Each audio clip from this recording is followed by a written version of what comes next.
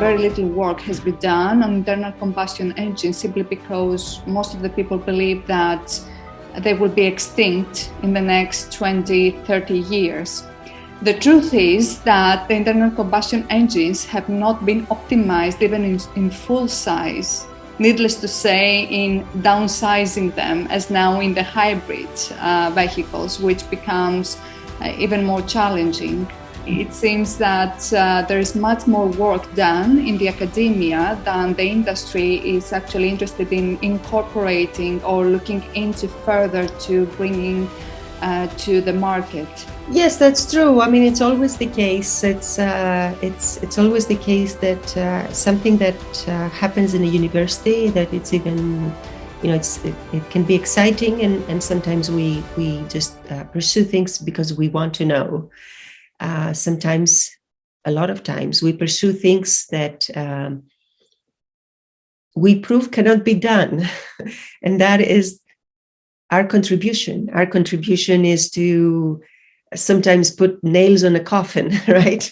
Meaning that we need to determine if something is viable or not, and understand what is the limitation.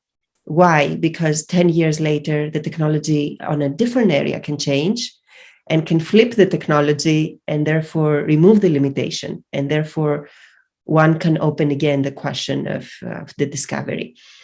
So in that regard, technologies in you're asking me about engines, technologies that have been really sort of extinct. And I want to say like, two-stroke engines. 20 years ago, we determined that they are too polluting. It's just not, it's really not easy to make them fuel efficient and also clean. And if we have a system now that it's hybridized, I've seen some recently, and myself, some of my students with some startups, they were working into making what we call opposed piston engines. These were really old engines that they were in planes, actually during the Second World War, because they are this kind of long engines with a long stroke that they can fit in wings. And they're two-stroke, so you can get twice as much power at the same time, right? So it's power density. And so these engines have been determined, it's impossible to actually clean up. The power density is fantastic. But now we have the capability, perhaps. So it's like, can we actually give an opportunity to the really bright and also brave engineers to rethink on a clean slate and rethink a little bit of these principles and put them together with batteries, maybe use cleaner fuel. I hope so, absolutely getting to synthetic fuel that could also allow us to maybe recycle or reuse some kind of CO2 we are burdening our atmosphere. This is very hard, really expensive.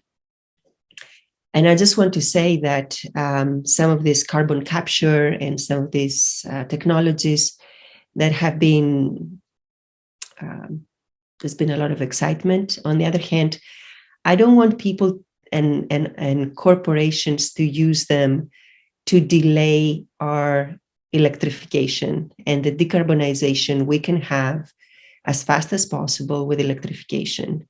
We cannot say that, we can have research that can start to decarbonize the mess we are doing now so that it can give us the license to keep on burning fossil fuels. We cannot do that.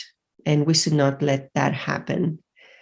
So although I really believe that there is a lot of still work to be done in improving internal combustion engines for niche markets, for markets that will be really difficult to electrify, I also think we really need to electrify. We really need to put our bright minds and all the students and all our efforts in battery electric vehicles as much as possible.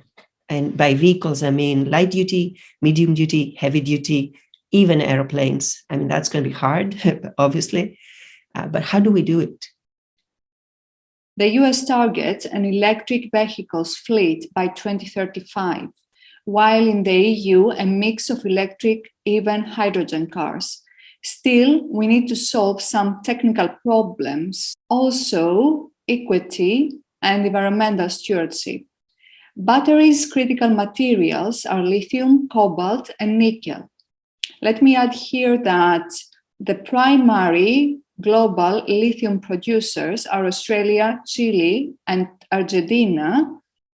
For cobalt, the Democratic Republic of Congo, Russia, Australia, and for nickel, Indonesia, Philippines, and Russia.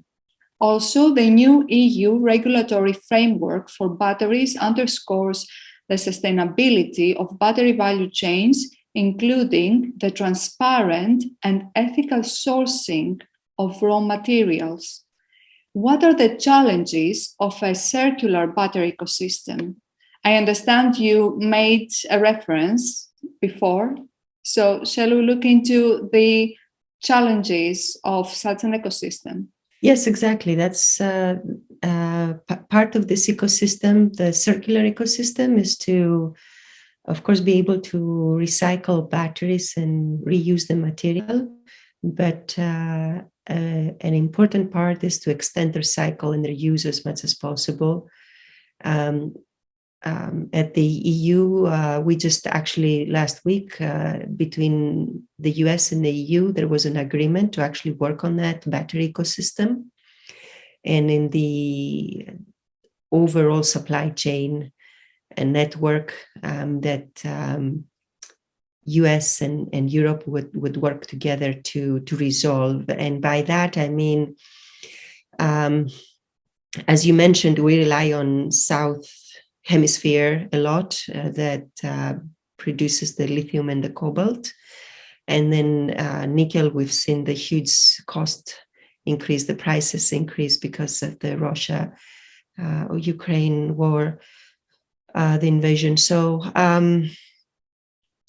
it is therefore important to have what they call, the EU calls battery passport, where we track the material, the sourcing, the use of the material, and from where it came and how much it is, and even, what kind of process it went through.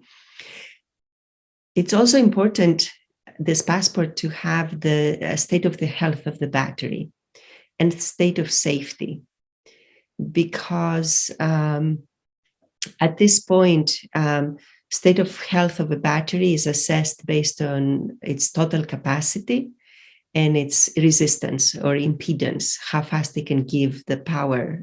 It's the power delivery, and capacity is the energy content. So unfortunately, these metrics are very limited, are rudimental. They are not allowing you to understand how the battery is going to perform under different duty cycle condition.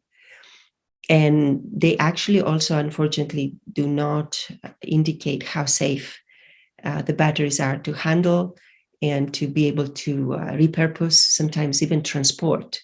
So even if we, right now, it's extremely expensive to develop this ecosystem of circular materials economy because the batteries are very expensive to transport. Once they get out of the vehicle, they become hazardous waste, and therefore their cost to transport is really prohibitive. So finding, this is actually, I'm working in my lab and a lot about what we call battery biometrics. What are the variables that we should test for to determine and broadcast? Think about the biometrics of the battery. Battery is very complex, almost like a human body. You still get sick and you need a battery of tests. You need to go to a hospital to do a lot of tests to determine if you really what exactly is this you should fix so that you can keep on going. For batteries, we don't have entirely that. The manufacturers are producing batteries that they have tested, and they would last under their warranted period. After that period, we are not so knowledgeable.